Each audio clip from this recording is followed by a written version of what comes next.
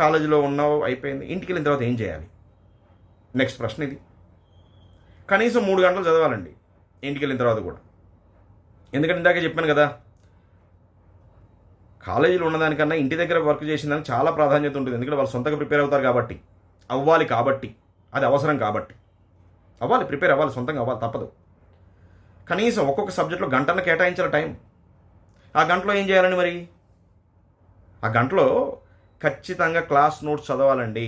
ఖచ్చితంగా class notes చదవాలి. ప్రతి సబ్జెక్ట్ క్లాస్ నోట్స్ చదవాలండి. చాలామంది చదవరు. తీయగానే వెంటనే ఒక మెటీరియల్ తీస్తారు, ఇందులో క్వశ్చన్ సాల్వ్ చేస్తారు, ఆ బుక్ అంటారు, ఈ బుక్ అంటారు, క్వశ్చన్ సాల్వ్ చేస్తారు. అది కాదని చేయాల్సింది. First of all class notes చదవాలండి. ఎందుకండి? ఆ క్లాస్ నోట్స్ ఒక టీచర్ యొక్క సుదీర్ఘమైనటువంటి అనుభవంలో సంపాదించినటువంటి జ్ఞానం అది. ఎన్నో పుస్తకాలు చదివి, ఎంతో మెటీరియల్ సాల్వ్ చేసి, ఈ క్వశ్చన్ చాలా మంచిది, పిల్లలు ఇది నేర్చుకోవాలి కంపల్సరిగా అనుకున్న తర్వాతనే అలాంటి కాన్సెప్ట్ని, ఆ క్వశ్చన్స్ని క్లాస్లో తీసుకుంటారు టీచర్స్.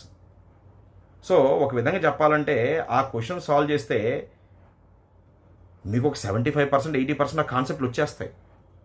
కానీ విద్యార్థులు ఏం చేస్తారంటే, ఇది మనం క్లాస్లో విన్నదే కదా, చూసిందే కదా, చేసిందే కదా అనుకుంటారు. కానీ చూసింది, చేసింది, చెప్పింది ఎవరండి? టీచర్స్ అండి, విద్యార్థులు కాదు కదా. సో ఏం చేయాలి? క్లాస్ నోట్స్ చదవాలి. ఒక గంట, గంటన్నర పాటు టీచర్ చెప్తే మనం అరగంట చాలండి అది చదవడం కోసం. ఎక్కువ టైం అవసరం లేదు. ఎందుకు? ఈ గంటన్నరలో అందరు విద్యార్థులకు అర్థం కావాలని చెప్పేసి 1-2 సార్లు చెప్పి, క్లాస్ నోట్స్ డిక్టేట్ చేసి, ఒక క్వశ్చన్ ఇచ్చిన తర్వాత దాన్ని సాల్వ్ చేయడానికి మీకు సమయం ఇచ్చి, మళ్ళీ దాన్ని ఎక్స్ప్లెయిన్ చేసి, అది అయిపోయిన తర్వాత కాపీ చేయడానికి ఇంత టైం టీచర్ కేటాయిస్తాడు. అంత టైం మీకు అవసరం లేదు కదా. సో అరగంట చదువుకుంటే సరిపోతుంది కదా. ఒక అరగంట చదువుకొని ఆ తర్వాత మెటీరియల్ సాల్వ్ చేయడం స్టార్ట్ చేయాలి. ఆ మెటీరియల్ సాల్వ్ చేసేటప్పుడు ఏం చేయాలి? పైగా ఈ నోట్స్ చదివేటప్పుడు ఇంకోటి కూడా చేయాలి, ఇంకో పని కూడా చేయాలి. మీరు షార్ట్ నోట్స్ రాసుకోవాలి. ప్రతి లైన్ రాయాల్సిన అవసరం లేదు, హెడ్డింగ్స్ అలాంటి షార్ట్ నోట్స్ చేసుకుంటే మీకు ఎగ్జామ్కి ముందు ఉపయోగపడతాయి. సో చేయాలి, అది కూడా షార్ట్ నోట్స్ కూడా రాసుకోవాలి. చాలా మంచిది, అది ర్యాపిడ్ రివిజన్ కింద ఉపయోగపడుతుంది. ఇక మూడోది, క్వశ్చన్ సాల్వ్ చేసేటప్పుడు సేమ్ అంతే, ఆ టైం బౌండ్ ప్రాక్టీస్ చేసుకోవాలి. ఎన్ని క్వశ్చన్ సాల్వ్ చేసామని కాదు, ఒక అరగంట సమయం ఉంది, అరగంటలో 10 క్వశ్చన్ సాల్వ్ చేయాలి. అది ఎలా? ఆల్రెడీ చదివేసావు కదా క్లాస్ నోట్స్, ఆల్రెడీ పొద్దున విన్నావు కదా కాన్సెప్ట్. సో మళ్ళీ మెటీరియల్ కానీ క్లాస్ నోట్స్ కానీ తీయకూడదు సాల్వ్ చేసేటప్పుడు. లేకపోతే క్వశ్చన్ సాల్వ్ చేసినప్పుడు నీ ఫ్రెండ్కి ఫోన్ చేసి, నాకు ఇది రాలేదు నువ్వు చేసావా అని అడగకూడదు. యూట్యూబ్ చూడకూడదు, గూగుల్లో సెర్చ్ చేయకూడదు, చాట్ జీపీటీలు ఉండకూడదు. నీ సొంతంగా చేయాలి. ఎగ్జామ్లు ఇవన్నీ కావు కదా. సో నీ సొంతంగా ప్రాక్టీస్ చేయాలి క్వశ్చన్స్. కనీసం ఒక 10 క్వశ్చన్లు చేయగలగాలి అరగంటలో. టార్గెట్ పెట్టుకోండి. చేయగలిగితే మంచిది. అట్లీస్ట్ ఎంత చేస్తున్నావో తెలుస్తుంది కదా నువ్వు టార్గెట్ పెట్టుకుంటే. లేకపోతే క్వశ్చన్ తీసుకోవటం మెటీరియల్ నుంచి, లేకపోతే క్లాస్ నోట్స్ నుంచి కాన్సెప్ట్ని కాపీ చేయటం, లేకపోతే ఎక్కడి నుంచో కాపీ చేయటం, దానివల్ల వచ్చే ప్రయోజనం లేదు. నీకు ఒక రాంగ్ ఇంప్రెషన్ ఉంటుంది, నేను చేసేసాను కానీ చెయ్యలేదు యాక్చువల్గా, అది ఉపయోగపడదు. ఇది తెలుసుకోండి. ఇవే మనం చేసేటువంటి తప్పులు. ఎందుకంటే టైం బౌండ్, ఎందుకంటే చేస్తే సరిపోతుంది కదా. చేస్తే సరిపోతుంది, నాలెడ్జ్ వస్తుందండి. కానీ ఎగ్జామ్లో ర్యాంక్ రావాలంటే టైం ప్రకారమే కదా. ఇదే జేఈ ఎగ్జామ్ 12 గంటలు 15 గంటలు పెడితే చాలామందికి ర్యాంకులు వస్తాయి. 3 గంటల్లో 6 గంటలు ఎవరు బెటర్గా పర్ఫామ్ చేస్తే వాళ్ళకే ర్యాంక్ చివరికి. ఈ కాంపిటేటివ్ వరల్డ్ ఉన్నాం. ఓకే, మీరు సాల్వ్ చేసినట్టు 10 నిమిషాల్లో విషయం తెలుస్తుంది, నాలెడ్జ్ వస్తుంది, దానికి నేను ఏమనను. కానీ ర్యాంక్ వచ్చే విధంగా ప్రాక్టీస్ చేసేటప్పుడు ఈ విధంగా చేయాలి. నథింగ్ రాంగ్ ఇన్ ప్రాక్టీసింగ్, నేను తప్పని చెప్పట్లేదు, సమయం తీసుకొని చేయండి. కానీ ఎగ్జామ్లో మార్కులు రావడానికి ఉపయోగపడాలంటే టైం బౌండ్ ప్రాక్టీస్ చేయాలి. విషయం నేర్చుకోవాలంటే ప్రాక్టీస్ చేయాలి. Time bound practice is different, practice is different. Practice ఉండాలి, టైం బౌండ్ ప్రాక్టీస్ ఉండాలి, యాక్యురసీ ఉండాలి. రైట్? మనం సాల్వ్ చేసేటప్పుడు ఏం చేస్తుంటాం, 10 క్వశ్చన్ సాల్వ్ చేయాలని టార్గెట్ పెట్టుకొని ప్రతి క్వశ్చన్కి కీ చూస్తుంటాం. ఇదొక తప్పు. ఎందుకు తప్పు? మనందరం మానవ మాత్రమే. ఒక క్వశ్చన్ సాల్వ్ చేసిన తర్వాత దాని కీ చూస్తున్నప్పుడు రెండో క్వశ్చన్ కీ కూడా చూస్తాం కదా మనం. అప్పుడు ఏం చేస్తాం, ఆ ఆన్సర్ రావడం కోసం సాల్వ్ చేస్తాం. ఆన్సర్ రావడం కోసం సాల్వ్ చేయకూడదు. ఆ ఆన్సర్ రావడం కోసం సాల్వ్ చేయకూడదు. మనం సాల్వ్ చేస్తే ఆన్సర్ రావాలి. ఆ విధంగా ప్రాక్టీస్ చేయాలి. సో ఎప్పుడు కూడా ఆన్సర్కి చూడకూడదు. ఒక్కొక్క క్వశ్చన్కి ఒక 10-15 క్వశ్చన్లు సాల్వ్ చేసిన తర్వాత అప్పుడు కీ చూడండి. దానికి ఒక అర్థం పర్థం ఉంది. ప్రతి క్వశ్చన్ కీ చూడటం తప్పదు, ఆ విధంగా చేయొద్దు. సో ఇది డైలీ రొటీన్ ఈ విధంగా చేస్తూ ఉండాలి. క్లాస్ నోట్స్ చదవటం, షార్ట్ నోట్స్ ప్రిపేర్ చేసుకోవటం, ప్రతి సబ్జెక్టులో కనీసం ఒక 10 క్వశ్చన్లు సాల్వ్ చేద్దాం ఒక టార్గెట్ పెట్టుకోవడం, టైం బౌండ్ టార్గెట్ చేసుకోవడం మంచిది. లేదా సపోజ్ 5 చేయగలిగాం సార్, మీరు 10 చెప్పారంటే ఎప్పుడు చెప్తున్న పాజిటివ్ మైండ్ సెట్తో ఉండండి. మీరు అసలు చేయకపోతే 0 కదండి. 5 చేశారు కదా, 5 చేశారు కదా, 10 చెప్తే 5 చేశారు, 5 చేశారు కదా, 0లో ఉండట్లేదు కదా. ఒక విషయం ఆలోచించండి, మీరు 5 క్వశ్చన్ సాల్వ్ చేశారు పర్ సబ్జెక్ట్ అనుకుంటే రోజుకి ఎన్ని 15 ఉంటాయండి. నెలకి ఎన్ని సాల్వ్ చేస్తారు? 450 క్వశ్చన్ సాల్వ్ చేస్తారు. ఆదివారాలు కొద్దిగా ఎక్కువ సాల్వ్ చేస్తే 500 అనుకుందాం. ఒక 10 నెలలే సాల్వ్ చేశారు అనుకుందాం, 2 నెలల్లో బోర్డ్ ఎగ్జామ్స్ అనో ఏదో విధంగా పోయినాయి అనుకుందాం. ఎంతండి? 5000 క్వశ్చన్స్ అండి. 5000 క్వశ్చన్స్ అనేది చిన్న విషయం కాదు కదా. ఒక పాజిటివ్ దృక్పథంతో ఉండాలి ఎప్పుడు కూడా, నెగిటివ్ దృక్పథంతో ఉండొద్దు. ఆ విధంగా ప్రతిరోజు కూడా ఆ విధంగా ఎండ్ చేసుకోవాలి, ఒక పాజిటివ్ దృక్పథంతో. రేపు నెక్స్ట్ కాలేజీకి వెళ్ళాలి, ఆ విధంగా వెళ్తూ ఉంటే మీకు ఇంట్రెస్ట్ వస్తుంది, చేయాలన్నటువంటి దృక్పథం ఉంటుంది, నాలెడ్జ్ గెయిన్ చేస్తారు. ర్యాంక్ రాకపోయినా పర్లేదండి, అట్లీస్ట్ నాలెడ్జ్ వస్తుంది కదా. లైఫ్లో రిగ్రెట్ కాం కదా. ర్యాంక్ రాకపోతే అయ్యో నేను ప్రయత్నిస్తే వచ్చేదనే రిగ్రెట్ లైఫ్లో ఎప్పుడు ఉండకూడదు. మనం ప్రయత్నించాము, మన బెస్ట్ మనం ఇచ్చాము, రాలేదు, అది వేరే విషయం. లైఫ్లో రిగ్రెట్ కాము ఎప్పుడు కూడా. సో మీరు ప్రయత్నించండి ఫస్ట్, అది చేయాల్సిన పని, రైట్. ఇది ప్రతిరోజు చేయాల్సిన ప్రక్రియ. ఏమన్నా పెండింగ్ ఉంటే majority of the coaching institutes ఏం చేస్తాయంటే సోమవారం రోజు ఎగ్జామ్ కండక్ట్ చేస్తాయి. వీకెండ్ అవసరం తప్పదు. మీరు అనుకోవచ్చు ప్రతి వారం ఎగ్జామ్ వస్తారు, ఇంత ప్రెజర్ సార్ పిల్లల మీద అంటే కాంపిటీషన్ అలా ఉంది, తప్పదు. ఆ వీక్లో జరిగినటువంటి సిలబస్ మీదనే టెస్ట్ పెడతారు కదా.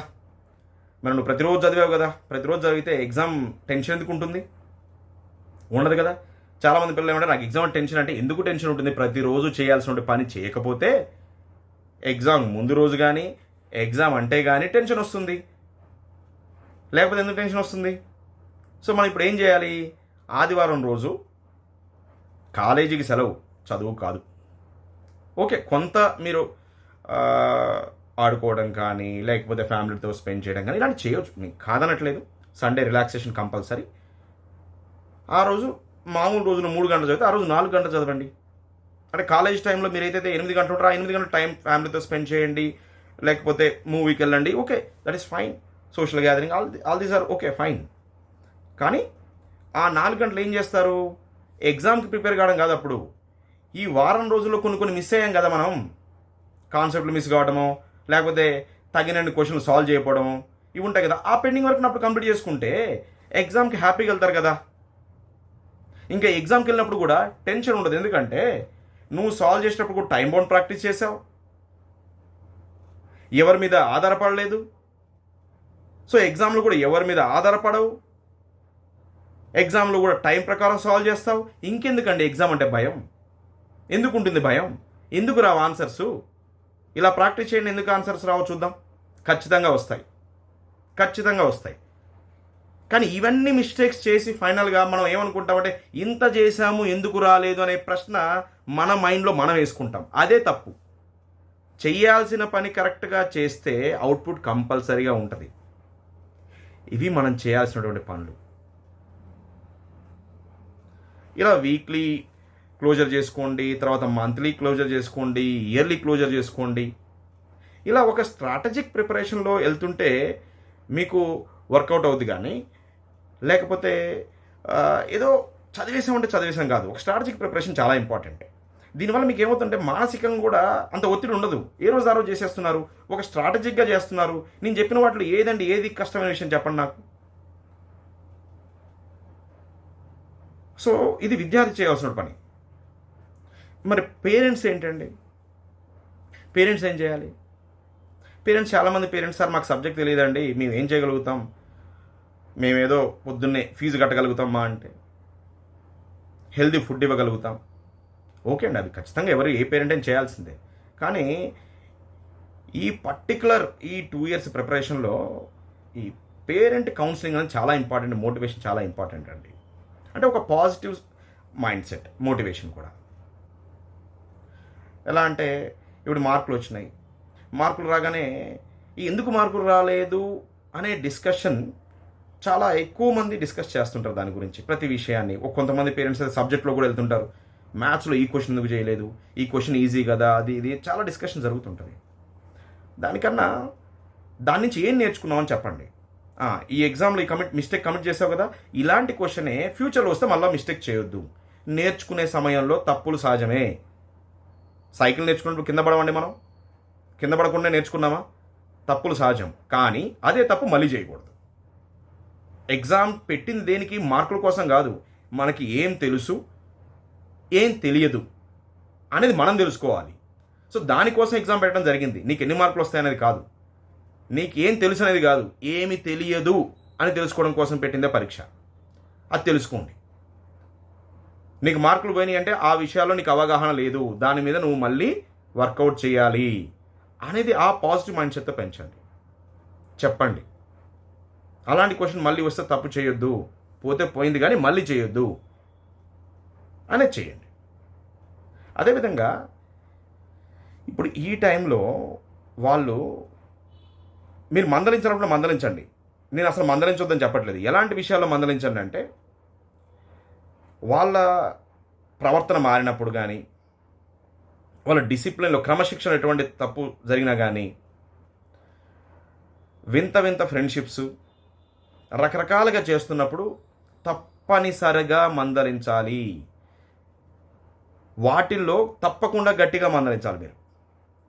చాలామంది పేరెంట్స్ ఏం చేస్తున్నారంటే రివర్స్ వేలో చేస్తున్నారు. ఆ ఫ్రెండ్ వచ్చాడు పోనీలే, పాపం పొద్దునుంచి కాలేజీ నుంచి వచ్చాడు కదా, బర్త్డే పార్టీ అంట, 10 గంట 11 గంట ఫోన్ ఇవ్వలే, ఇప్పటిదాకా వచ్చాడు కదా ఫోన్ ఇవ్వు కాసేపు చూసుకుంటారులే,